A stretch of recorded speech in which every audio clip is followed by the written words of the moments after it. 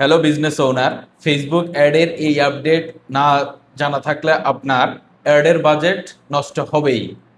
দেখেন, কোনো অ্যাড তৈরি করার আগে অবশ্যই আমরা কম্পিটিটর অ্যানালাইজ করি।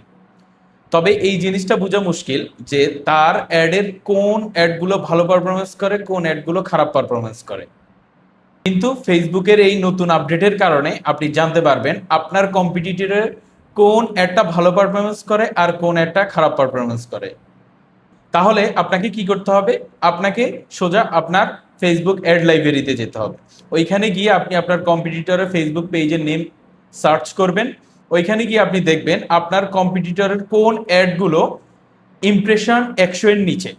যেই অ্যাডগুলোর ইমপ্রেশন 100 এর নিচে আপনি ধরেই নেবেন এই অ্যাডগুলো ভালো পারফরমেন্স করছে না।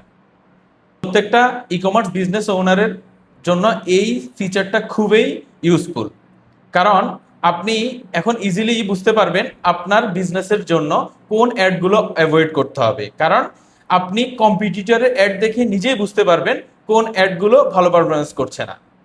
এর ফলে আপনি ইউজ করতে পারবেন, আপনি ক্রিয়েট করতে পারবেন better ad copy, better content, better image, better idea. Strong CTA আপনার কনভার্সনকে ইনক্রিজ করতে আরো বেশি হেল্প করবে।